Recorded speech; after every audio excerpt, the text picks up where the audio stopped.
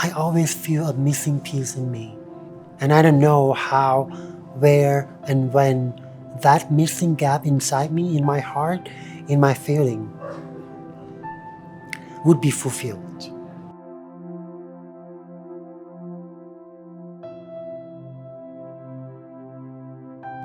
Sawadee I'm Nikki Phinyapincha. I'm the founder of Trans Thailand Consulting Group.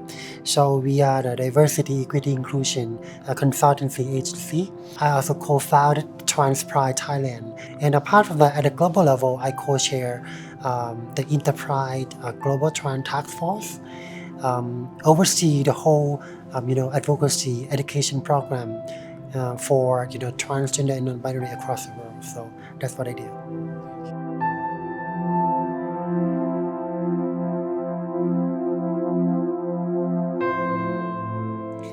So if I would like to begin, I would say in that time, I didn't know that it was conversion therapy.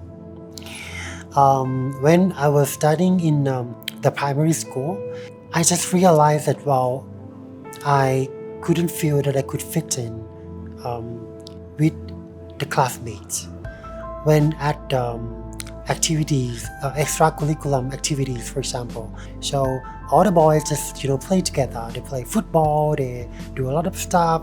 At that time, I feel so isolated, and I need to stay with myself in the space of cemetery in the temple, because we have the playground as the temple ground where we can see some cemetery. So I feel so lonely. But I feel so peaceful as well when I learn about isolation, individualism, and the way that I can be very independent. The first situation I remember when the school teacher at the primary school report about my behavior to my parents. In Thai, we have a call เบี่ยงเบนทางเพศ It's like you misbehave, gender-based misbehavior. Kind of that's the way to say it. It means that you are kathoy. So they treat me in a way that I feel I'm so really suffering and didn't want to be in this family.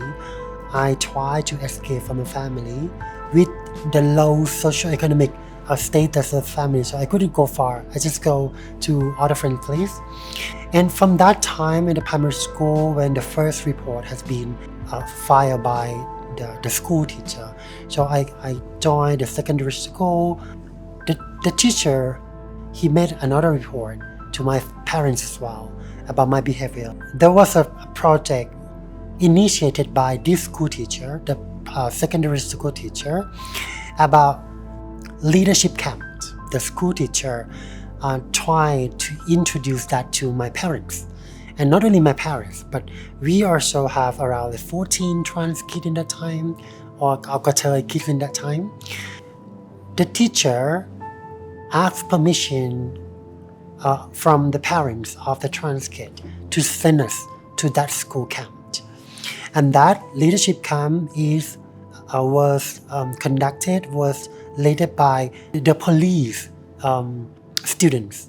So we passed through a lot of intensive training, like when you need to go to serve the military. So we need to wake up 4 or 5 a.m. It's very, very hard. And that's how I understand and learn about they're trying to change us.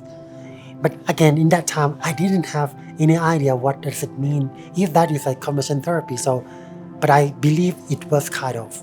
So of course, first of all, when you were reported by the school, and also the parents treat you in different way, they use a lot of different way of violence towards me, either verbal and physical. And I think that way it really, really shaped the way I have had the childhood trauma.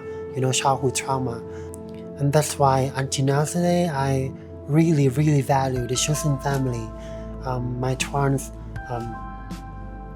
people, and those who support me without judging me the way I am. And I think, when you don't have that born family foundation, I always feel a missing piece in me. And I don't know how, where, and when that missing gap inside me, in my heart, in my feeling, would be fulfilled. And I think after that incident, I didn't feel safe to share whatever to my born family. Even though it's quite really leave some scars into my heart and memory, but in the same time, it gave me some power of how the way I lead my work today, like personal and professional career. I use that strength, power, to fill up what I'm missing as a transgender leader. It's very important for you to be able to feel safe about your story. I mean, it should be feel like you really feel secure first before you just share this thing. But it doesn't mean that you need to be like 100% like strong and powerful to share the story, because in the end, we are human, we are still vulnerable in a sense, and I think you can share part of what you have learned. I think that's the way we could share the powerful story as well, and how we can turn that pain into power. I think Thailand, we seems to be a very welcoming society, really LGBTQ friendly from the outside eyes. But I think being part of the LGBT community who has been suffer from that discrimination and harassment and inequality legacy of the country, of the people who didn't understand about the diversity and differences. So I think apart from have a legal reform of banning conversion therapy, the way Thailand should embrace is about how you walk the talk by having the non-LGBTQ member. Either you are part of the family, school, either you are public policy or whatever. So you should be part of that change by educating yourself, learn more about the differences and diversity, learn about different identities as well, and learn how to support that suppressed. It shouldn't make it too difficult or complicated by starting from your family. I think that's the most powerful and a fundamental unit of making change.